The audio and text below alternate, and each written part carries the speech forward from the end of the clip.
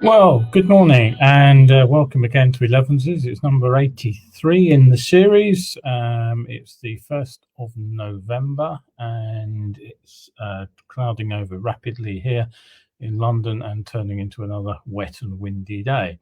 Right, what have we got for you today on Elevenses? Well, Back to the Future. We're headed back to lockdown. You're probably bored with hearing that, but I'll just cover what appears to be the outlines that we should know about. A loophole in driving license bans has been closed, which allowed drivers to claim exceptional hardship. Triumph has released a new Trident, and we'll be asking if that's the bike we've all been waiting for. We'll also have a look at Harley Davidson and their Back to the Future activity. They're building bicycles again. Morning to Sue, who's just popped in. Make a brew, grab yourself your chair and sit down and join me for the next 20 minutes or so. Right, okay, so let's start with the bad news first. I'll keep it fairly brief, but as you probably guessed, with the ever rising COVID case numbers, there was a kind of grinding inevitability about it all. But Boris Johnson's ad hoc press conference yesterday evening put us back where most of us thought we'd probably end up again, which is kind of square 1B in the fight against coronavirus. And restrictions come in later in the week. But basically, the key points that are likely to concern motorcyclists when we do get locked down again are these. The rules say stay at home except for specific reasons. There are a number of exceptions, and if your work cannot be done from home, then that will count as a valid exception. Meeting indoors and in private gardens will not be allowed, but individuals can meet one other person from another household outside in a public place. Non-retail will close, non-essential retail will close, but can remain open for click and collect delivery. So in theory, at least, local bike shops, for example, could have to shut the front door, but could still remain open to sell parts and accessories if you order them online. Overnight stays, staying in a second home, holidays will not be allowed. Dominic Cummings, please take note. And that covers the UK and abroad, but there will be exceptions for work trips. People should avoid all non-essential transport by private and public transports. Now, in the strictest sense, ride-outs therefore can hardly be seen as essential travel. And what's not clear at the moment is whether taking a ride out on your own bike for recreational purposes would be allowed. If you recall, that was considered to be a sort of mental health issue earlier on. Okay, what's also not clear is what's going on with on-road motorcycle training, whether that will be considered as, sort of working away from home. CBT clearly can't be done from home.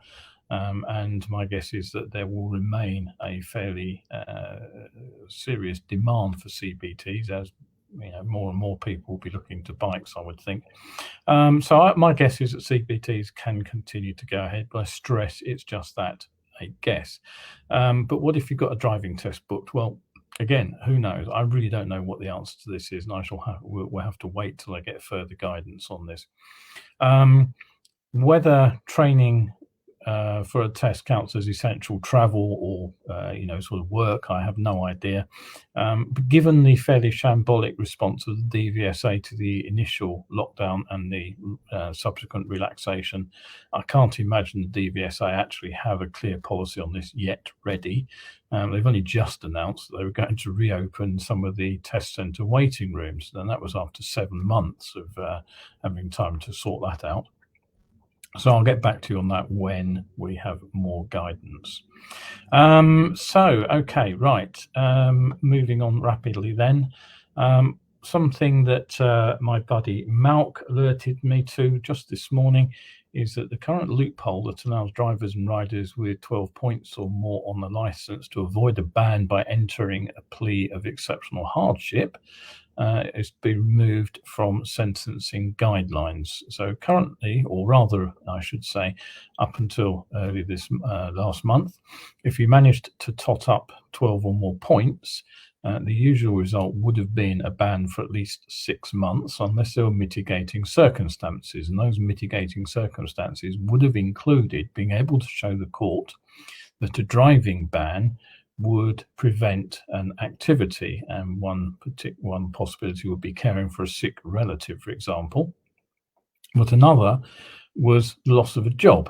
People were claiming that they would lose their job if they'd been automatically banned. Now, despite what you might have read in the press, in certain corners of the press anyway, it's not some kind of automatic gimme if you just waltz up to the court and say, I don't want to be banned because I need the license for work.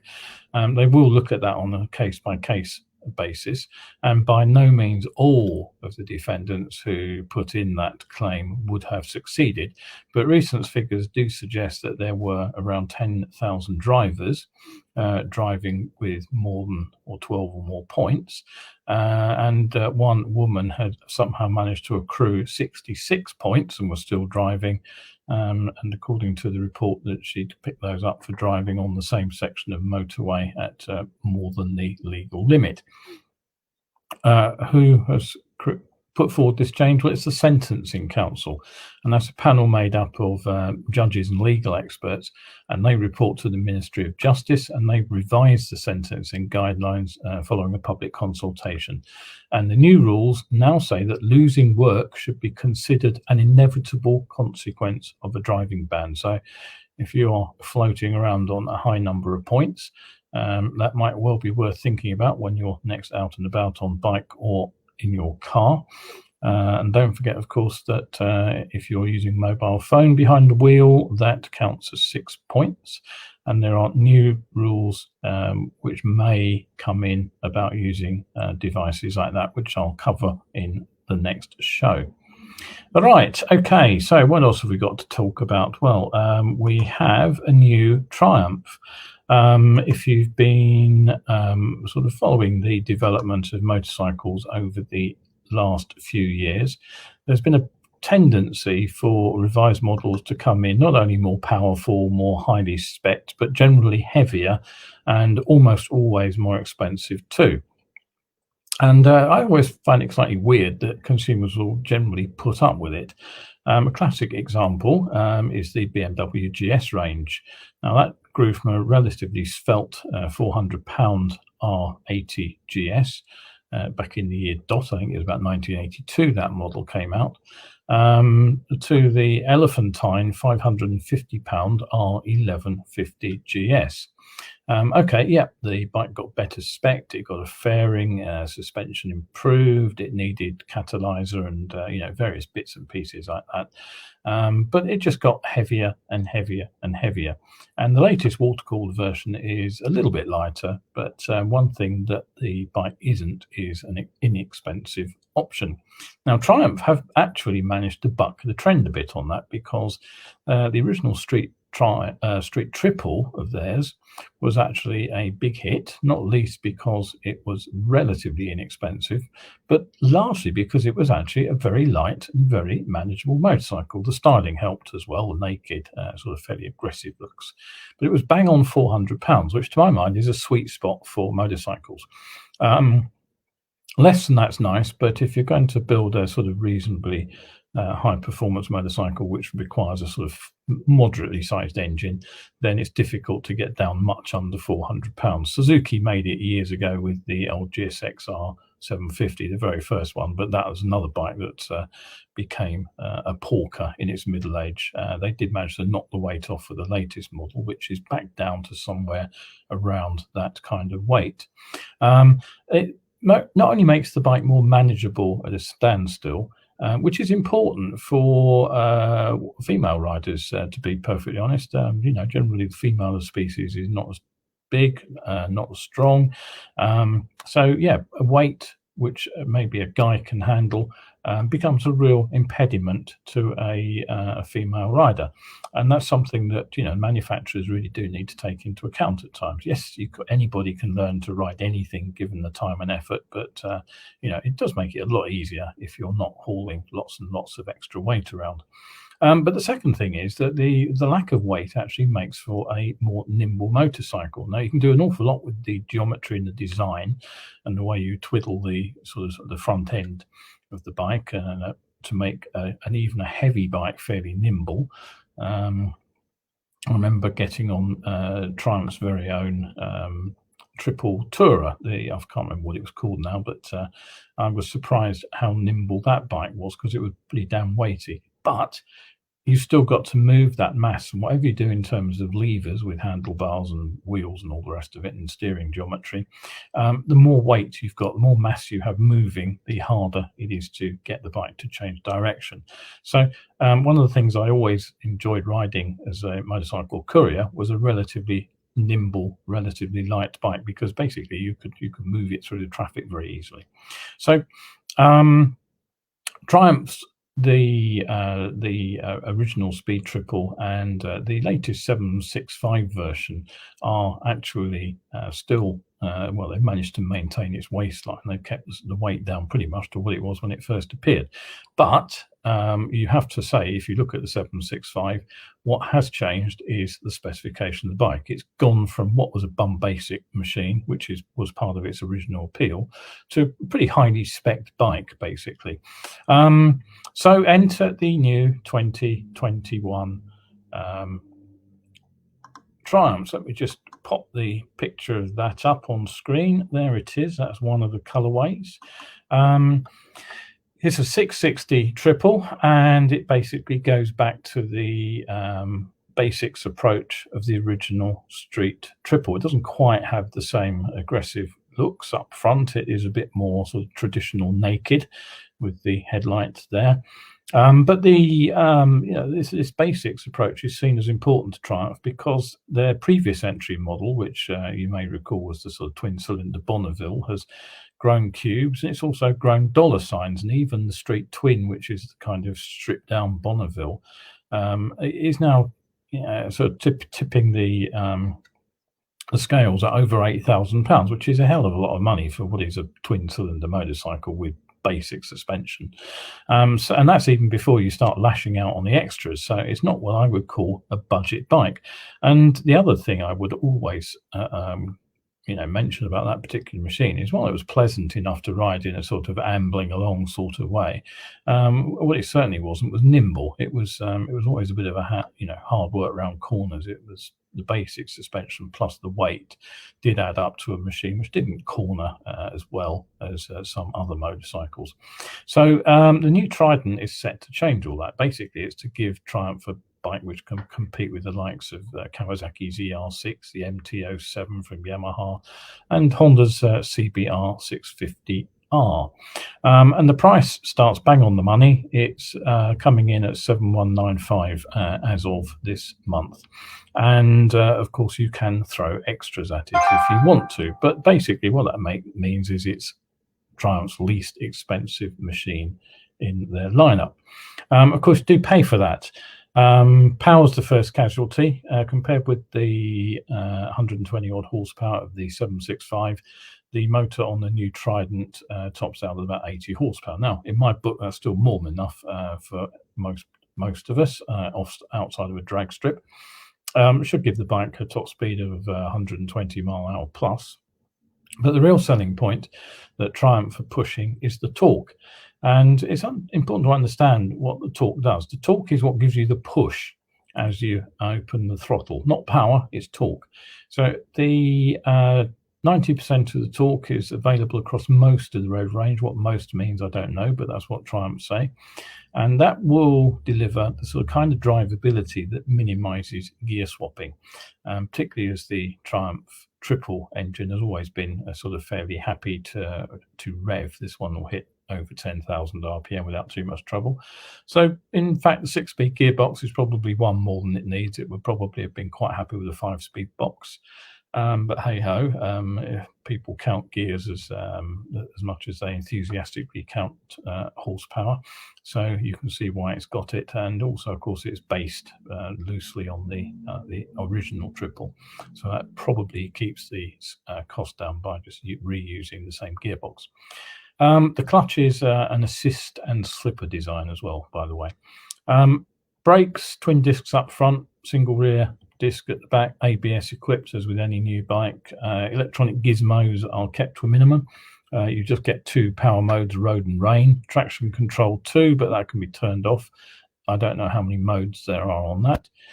Instrumentation is best described as minimalist, or to put it another way, as I require reading glasses, I probably wouldn't be able to read it. I certainly couldn't read the dial on the MT-07 I rode a couple of years ago. It just consists of a single round LCD dial, which is, again, will probably struggle to tell you everything you need to know in the limited space. All the lights are LEDs. Shower suspension up front and at the rear. It's bum basic. Front's non-adjustable. The rear's only got preload, so it really is very basic suspension. And interestingly, the frame and that conventional twin-sided swinging arm are both steel, so no weight saving there. But nevertheless, they have managed to keep the bike down to a reasonably svelte 417 pounds or 189 kilos if you prefer the metric measure, and that's ready to roll. So that's pretty impressively light, really, and that kind of reaffirms what I was saying about the bike. It's designed to go back to that basic bike that the original Street Triple was really aimed at. Okay, so criticism. Well, first thing is look at the seat. I do not understand why designers assume that a passenger only needs half a seat. I really can't imagine many people who'd be actually keen to sit on that particular sort of truncated perch there. I do wonder when it will be that manufacturers start offering 2-person seats on bikes like this. Yes, okay, most of the time it will be ridden single seater, but hey ho, we all want to take a passenger at some time, or almost all of us do. And if you're looking at a bike like that to do a bit of 2-up riding, that seat has to be a bit of a compromise. And the second thing I'll comment on is the overall styling. Have a look at it. I just think, quite honestly, it's ghastly. That black colorway, black and grey colorway, isn't too bad. I do dislike that sort of Union Jack motif on the tank. And the red blobs are just sort of, I don't know, just silly. I just don't like them. But have a look at this one.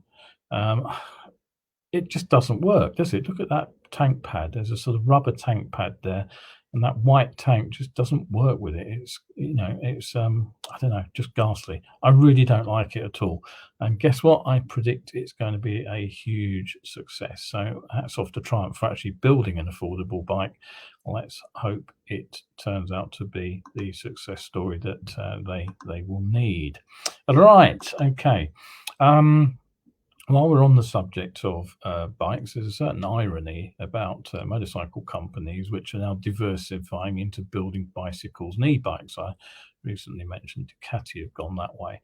The irony is, of course, that many motorcycle companies actually started out in the dim, distant past actually building the pedal-powered bikes.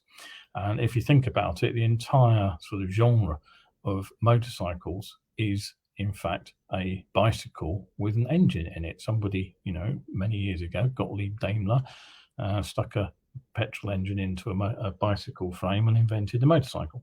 So who's the latest to go down this route? Well, it's Harley Davidson. So again, let's just bring up the picture that I have for you. No, that's not the right picture. That's the right picture.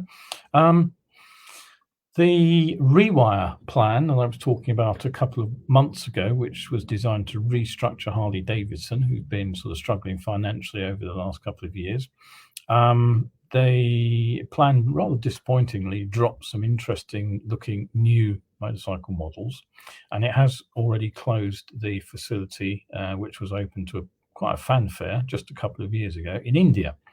But with the growing interest in electrically assisted bicycles, Harley have now launched their own brand, the Serial One Cycle Company. The name's pinched from Harley's very first motorcycle, which was called the Serial Number One. There's very little information about how important this change of direction will be to Harley's finances, but there's plenty of press blather, though, which includes statements such as it'll allow Harley to focus on core products and profitable niches whilst allowing some innovative products. And Aaron Frank, who is the brand's director for Serial One, told Cycle Volta that the move allows Harley Davidson to have a role in the e-bike space without it being a drag on their business building motorcycles. And it allows us a lot of advantages because we're able to move a lot more quickly as a smaller, more focused company. So the implication is that the new offshoot is actually quite a devolved one. The bikes will be sold directly to consumers through the Serial One website, as well as through select Harley Davidson dealers.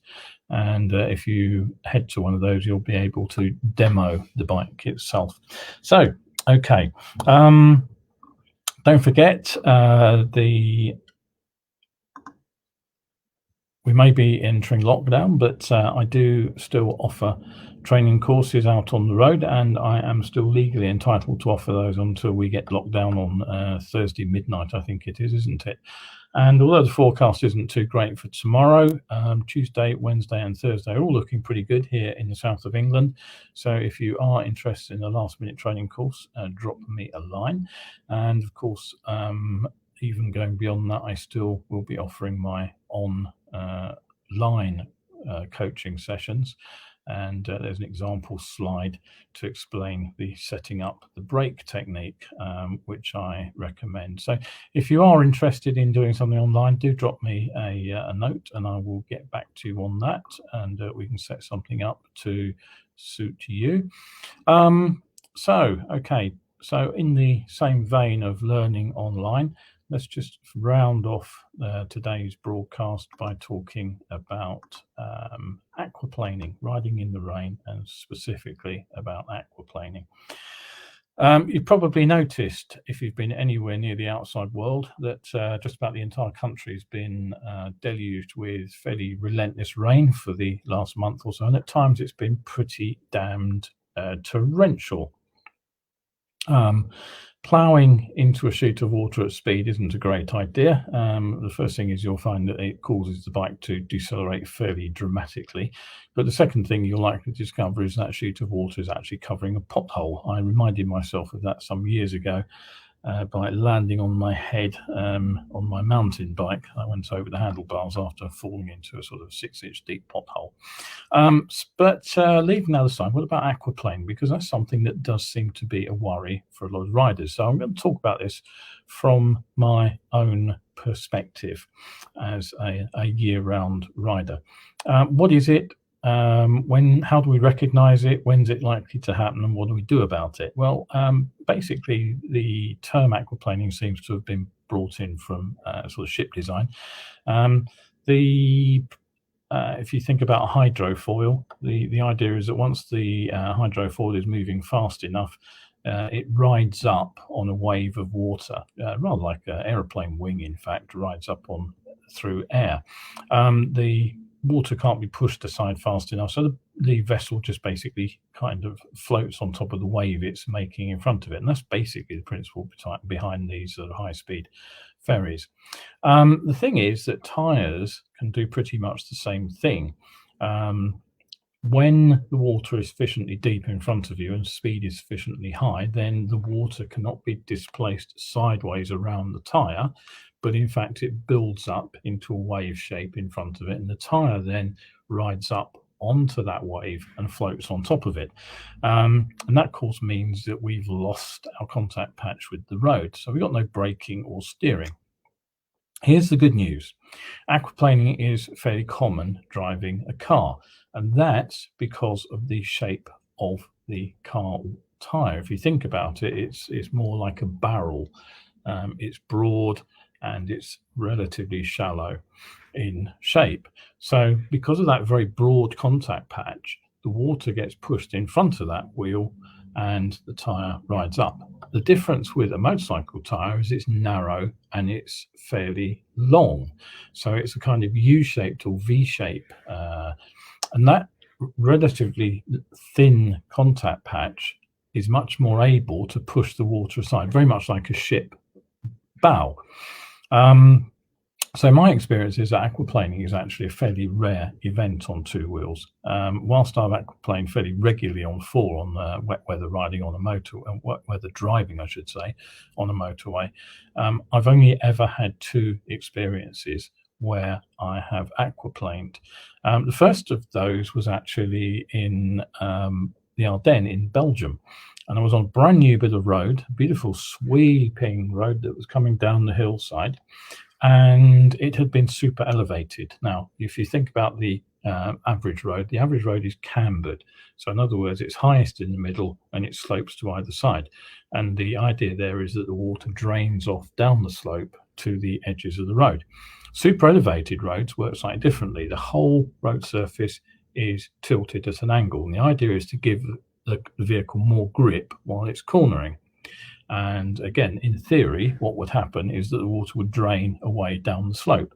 But in fact, what was happening on this particular road, because it was going downhill as well as being super elevated, was that the water was actually flowing down the hill and pretty much matching the bends. So what happened was, halfway around a corner, I suddenly hit a sheet of water, and all of a sudden the bars went all light and floaty in my hands. Fortunately, I was virtually upright as it happened, and I realised that I was aquaplaning. The second time was up near Brands Hatch, and again, I wasn't going particularly fast on this occasion. It was I think it was to the 40 limit even back in those days, but it's an old concrete road. And if you know anything about concrete, what you can't do very easily is lay concrete with a camber. So if you look at old concrete roads, they are completely flat. And what that means is they tend to attract standing water. And basically, again, what happened was there was a broad puddle over much of the road surface for a considerable length. I rode onto it, and shortly afterwards I noticed that sort of vague, light, floaty feeling from the front end, and again I realized that I was aquaplaning. Now, how do you get out of aquaplaning? Well, the answer seems to be simply to roll off the throttle. Not the brakes. Don't touch the front brake, because think about it, there's no contact patch between the front tyre and the ground. So if you put the front brake on, all that you do is you stop the wheel rotating. It won't slow you down. So the answer is to use the rear brake. Now, the rear tyre is usually travelling in the zone which has been cleared by the water that the front tyre is kind of still pushing to one side. So you've actually got some grip from the rear. I wouldn't apply the rear brake, but just rolling off the throttle very slowly and gently should be enough to transfer some weight to the front, and then the front, in my experience, comes back down through the water and you're back in contact with the road surface. And again, you feel it instantly because you lose that floaty sensation from the bars. So it's a bit different from riding on ice. On ice, that you do get that sort of light floaty feeling, but the first warning signs often wheel spin. I have never wheel spun on a wet surface other than by gassing it far too hard, and I certainly didn't feel any aquaplaning at the time as I was wheel spinning. So it does seem to be a phenomenon that happens at sort of fairly constant speed when you just hit too much water. So keep a relaxed grip on the bars. You remember I was talking a few weeks ago about using that brace position on the tank with your knees squeezed in so that you are locked into the tank from the hips down, but the top half of the body is loose. The shoulders can move, the spine can twist, and more importantly, the arms can move loosely with the bars. So if the bars do wobble, don't try and force them straight. Relax, let the bars do what they'll do. The bike will keep going straight because momentum will keep it going straight, even if the front wheel isn't pointing quite in the right direction. And then, as I say, just roll off the throttle gently, and then that reduction in speed plus a bit of extra loading on the front will bring that front tire back down through the water, and you'll gain grip. But again, don't try to use the front brake. Right, okay, so that is it for today. Oh, we've been online almost 30 minutes. Well, I hope you've enjoyed today's show. Don't forget, you can catch up with the show on Wednesdays and Sundays at 11. I'm usually here for about 20 minutes. We've been here on the line for a little bit longer today. If you have enjoyed the show, do consider popping over to my Ko-fi page. There is the URL for it, and you can support me and show your support for Elevenses over there. And anything else to say? Not specifically that I can remember. I thought I had something else to say, but it seems to slip my mind. So I'll just thank you once again for watching and tuning in today. And what we'll do, hopefully, is catch you on Wednesday at 11. So again, thanks for tuning in. Bye for now.